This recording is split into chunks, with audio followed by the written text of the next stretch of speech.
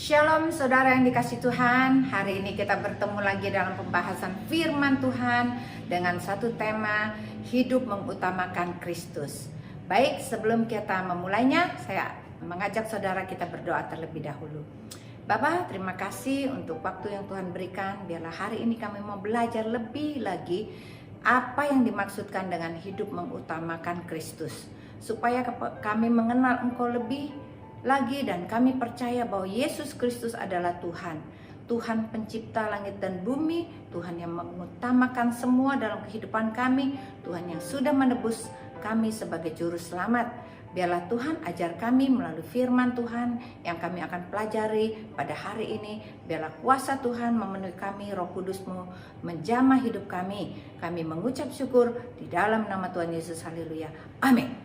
Puji nama Tuhan. Saudara yang dikasihi, kita percaya bahwa setiap kali kita akan membahas firman Tuhan, kita perlu kuasa Roh Kudus supaya kita diberikan pengertian yang baru.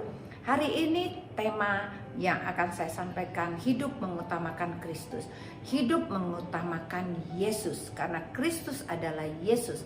Kenapa ya hidup kita harus mengutamakan Kristus? Karena hidup kita tanpa Yesus, kita akan menuju maut. Tanpa Yesus, kita tidak akan bisa masuk surga. Karena dia berkata, akulah jalan, kebenaran dan hidup. Barang siapa yang percaya kepadaku, dia akan selamat dan akan memperoleh hidup yang kekal. Kita semuanya tahu bahwa zaman ini sekarang semuanya kiri dan kanan kita mendengar tentang deru perang. Di manakah keamanan? Di manakah jaminan? Jaminan cuma ada satu, yaitu ada di dalam Yesus Kristus. Kita harus percaya bahwa Yesus datang untuk menyelamatkan manusia. Sebentar lagi kita akan merayakan Natal, tapi kita lihat Natal adalah sebuah kelahiran dari Yesus. Tapi seharusnya yang harus kita ingat bahwa Yesus akan datang kedua kalinya. Mari kita akan lihat ayat-ayat yang akan kita pelajari pada hari ini. Kolose 1 ayat 15 dan 16 berkata begini, ia adalah gambar Allah yang tidak kelihatan dan yang sulung lebih utama dari segala yang diciptakan.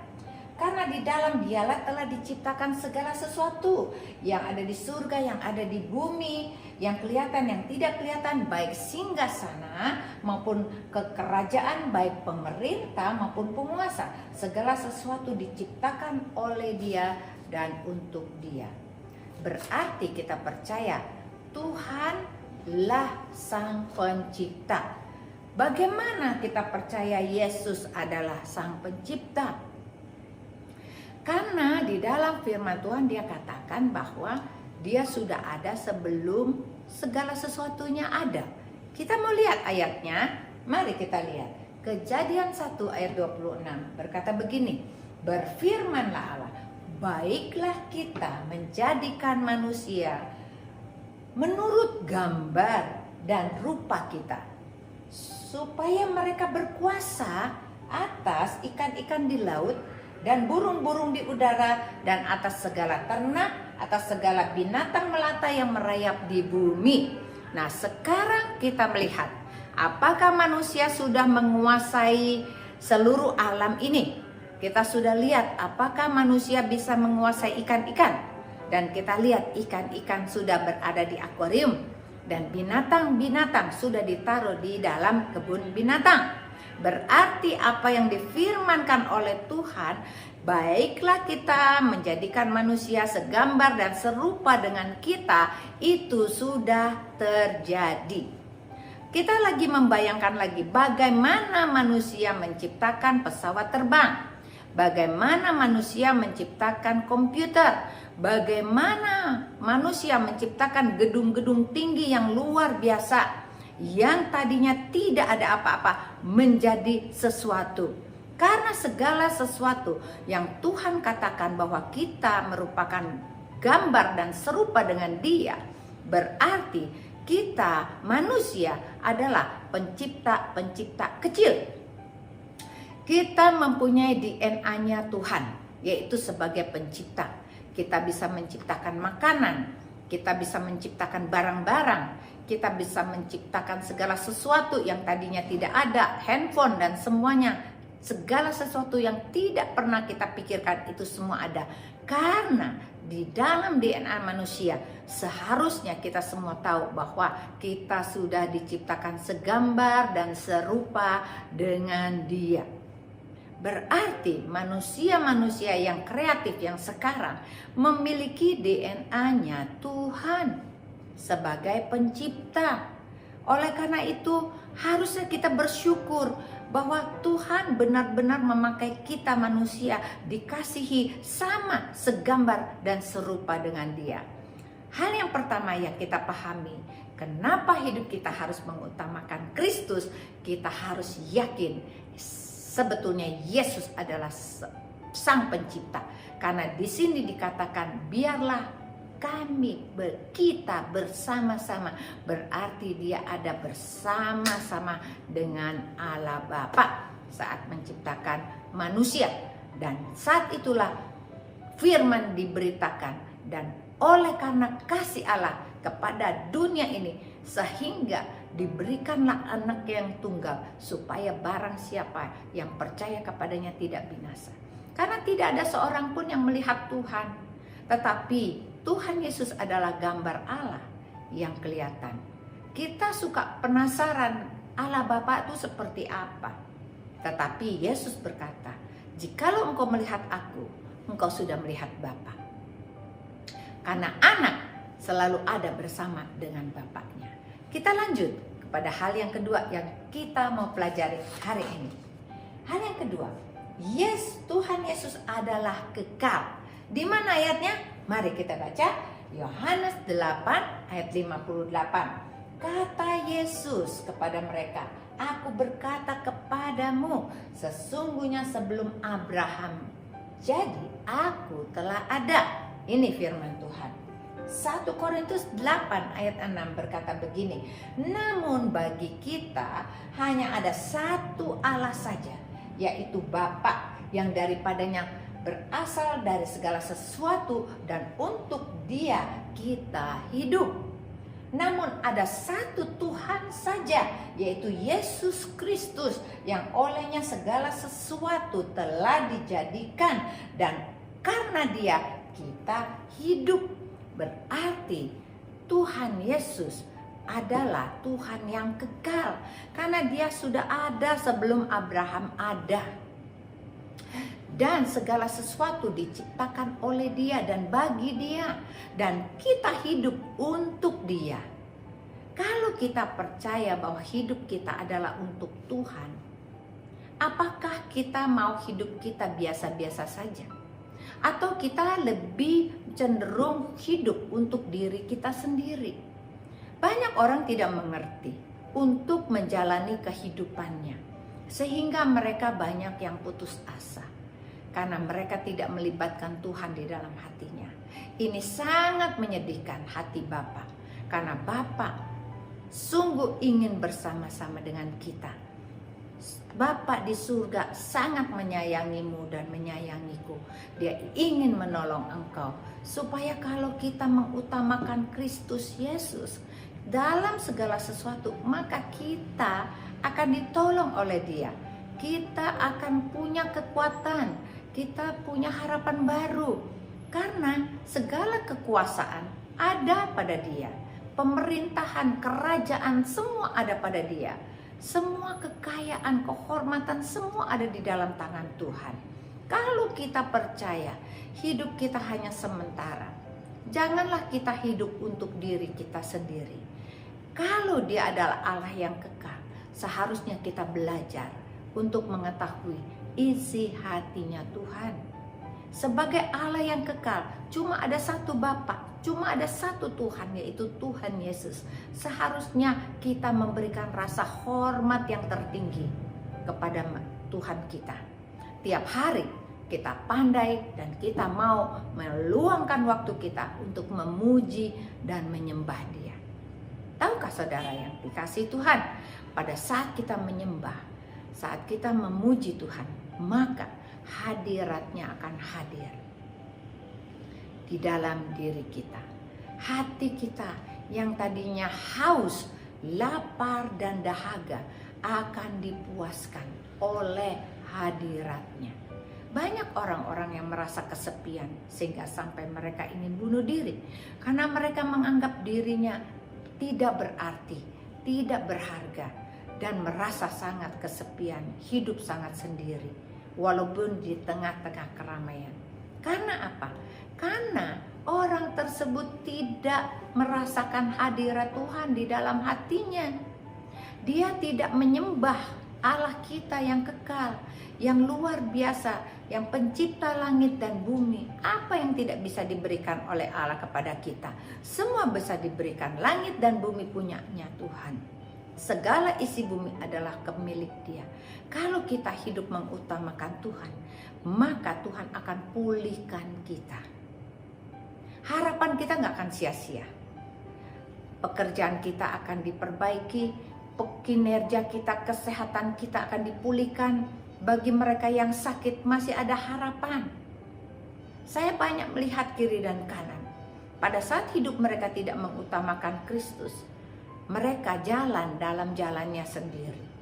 Sehingga apa yang mereka alami selalu terbentur kepada hal-hal yang menyakitkan hati, yang membuat hidup mereka tidak bahagia.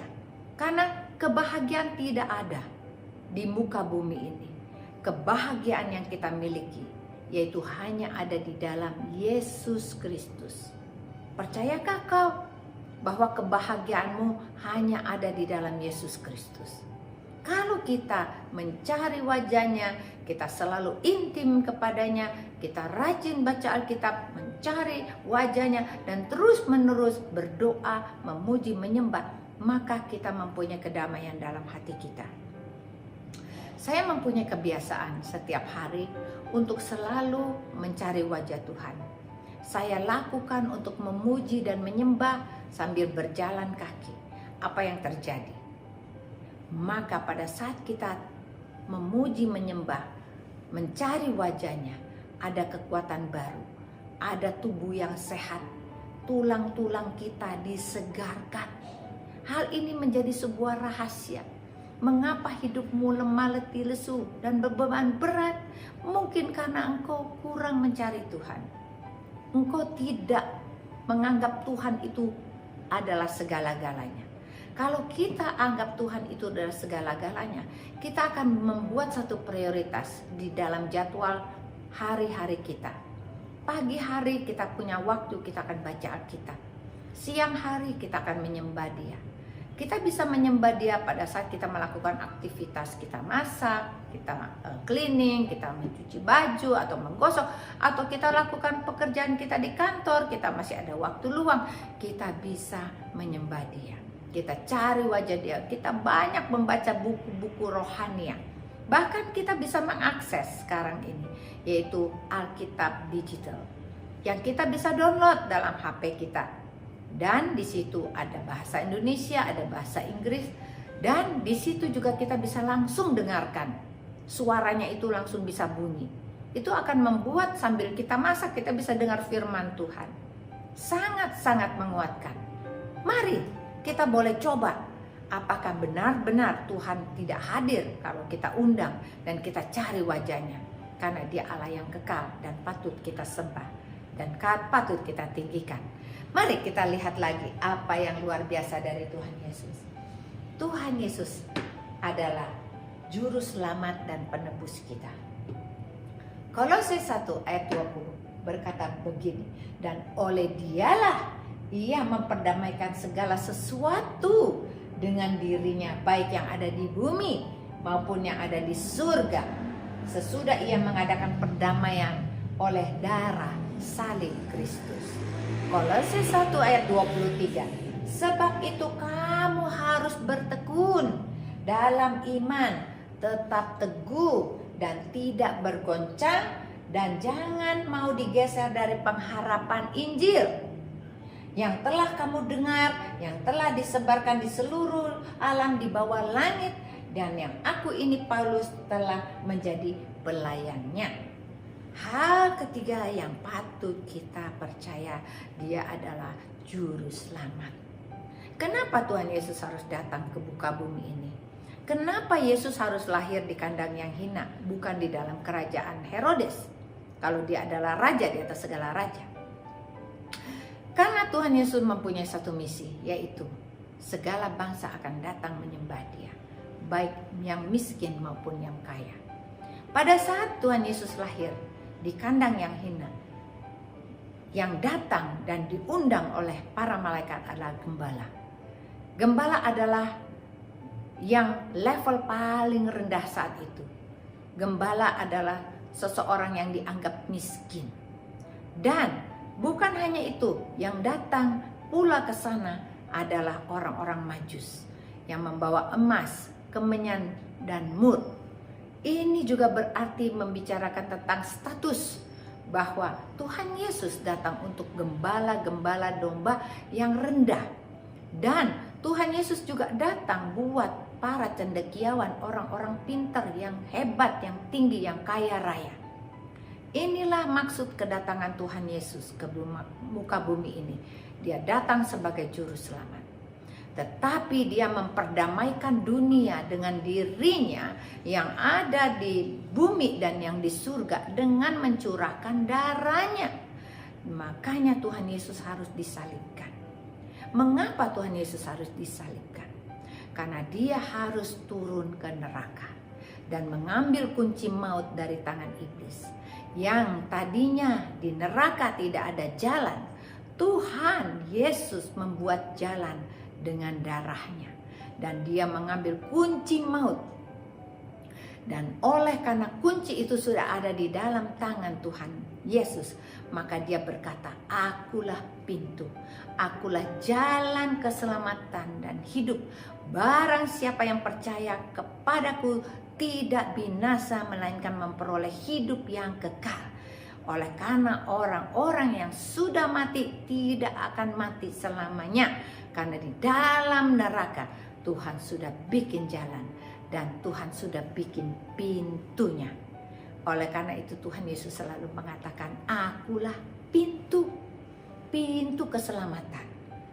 Itulah misi yang Tuhan bawa, untuk dia datang sebagai juru selamat dan dia harus mati, disalibkan, memperdamaikan dunia dengan surga melalui darah Kristus yang tercurah. Kalau kita mengerti bahwa Yesus mati untukmu dan untukku, kita harus memberi penghargaan yang tertinggi. Karena kalau tidak ada Yesus, kita semuanya pasti masuk neraka. Karena upah dosa adalah maut. Maut berarti terpisah dari Tuhan. Tetapi Tuhan tidak menginginkan manusia terpisah dari Dia. Tuhan ingin manusia semuanya selamat. Oleh karena itu harus ada Yesus. Dia sebagai raja di atas segala raja. Dia adalah pencipta langit dan bumi. Dia adalah kekal. Dan dia harus menampakkan dirinya sebagai manusia. Supaya orang yang tadinya tidak pernah lihat Tuhan, yang tadinya tidak pernah mengenal Tuhan, bisa mengenal Tuhan melalui diri Tuhan Yesus. Selama Tuhan Yesus hidup, dia selalu memperkenalkan tentang kerajaan surga.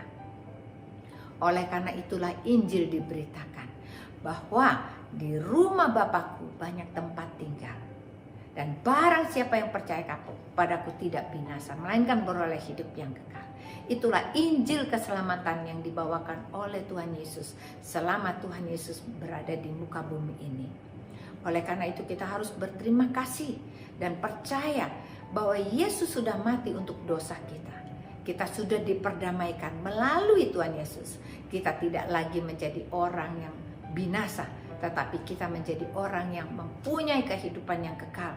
Seperti yang Tuhan janjikan, bahwa kita semua yang percaya pasti masuk surga. Percayakah saudara? Bahwa ini adalah firman Tuhan. Saya percaya sungguh-sungguh Tuhan Yesus tidak pernah bohong. Dan firman-Nya pasti digenapi. Tuhan Yesus memberkati. Mari saya ajak kita semuanya berdoa. Bapa, terima kasih untuk firman-Mu, bahwa firman-Mu ini hari ini memberikan kami penerangan, pencerahan dalam hidup kami, bahwa Yesus Kristus yang kami sembah itu luar biasa. Biarlah melalui firman-Mu ini kami mengenal Engkau sebagai Raja di atas segala raja. Engkau adalah pencipta, Engkau Allah yang kekal, Engkau juru selamat kami. Melalui kehidupan-Mu kami boleh mengenal Engkau. Kenapa kami harus mengenal Engkau? Supaya kami semuanya selamat. Hidup kami bukan biasa-biasa saja, tapi kami ingin hidup mengutamakan Engkau Tuhan. Terima kasih untuk firman-Mu, bila menjadi rema dalam hidup kami dan tertanam dalam hati kami, dan hidup kami akan berbahagia dan diberkati. Di dalam nama Tuhan Yesus, kami semua yang sudah diberkati Tuhan berkata amin. Puji nama Tuhan, Tuhan Yesus memberkati.